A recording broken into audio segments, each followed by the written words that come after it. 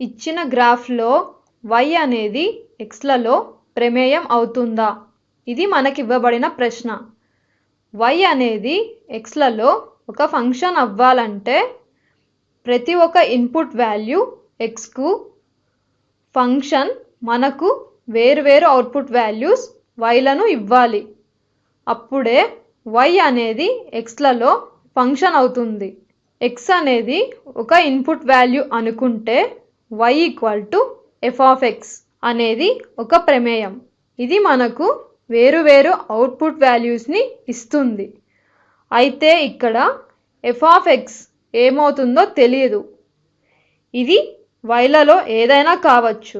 అయితే ఇన్పుట్గా ఒక x వాల్యూని ఇస్తే ఇది ఎగ్జాక్ట్గా ఒక అవుట్పుట్ yను మాత్రమే ఇవ్వాలి.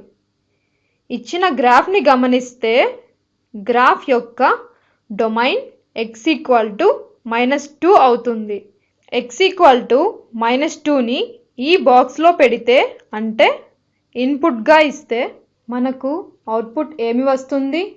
ఎగ్జాక్ట్గా ఒక వాల్యూయే అవుట్పుట్గా వస్తుందా?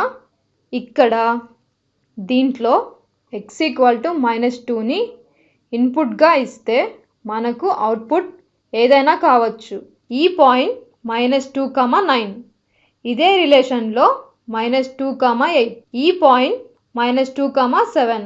-2, 7.5. -2, 3.14. ఇవన్నీ కూడా ఈ లైన్ మీదనే ఉన్నాయి. అంటే ఈ రిలేషన్కి -2ని ఇన్పుట్గా ఇస్తే మనకు అనంతమైన అవుట్పుట్ వాల్యూస్ వచ్చాయి.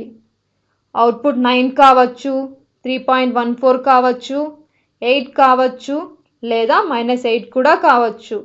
అంటే ఇన్ఫైనైట్ నెంబర్ ఆఫ్ వాల్యూస్ అవుట్పుట్స్గా ఉన్నాయి. కాబట్టి ఇచ్చిన గ్రాఫ్ ఫంక్షన్ అవ్వదు. ఒక ఇన్పుట్ వాల్యూకి infinite number of output values ఉన్నాయి. కాబట్టి y అనేది xలలో ఒక ఫంక్షన్ అవ్వదు. నెక్స్ట్ వీడియోలో మళ్ళీ కలుద్దాం.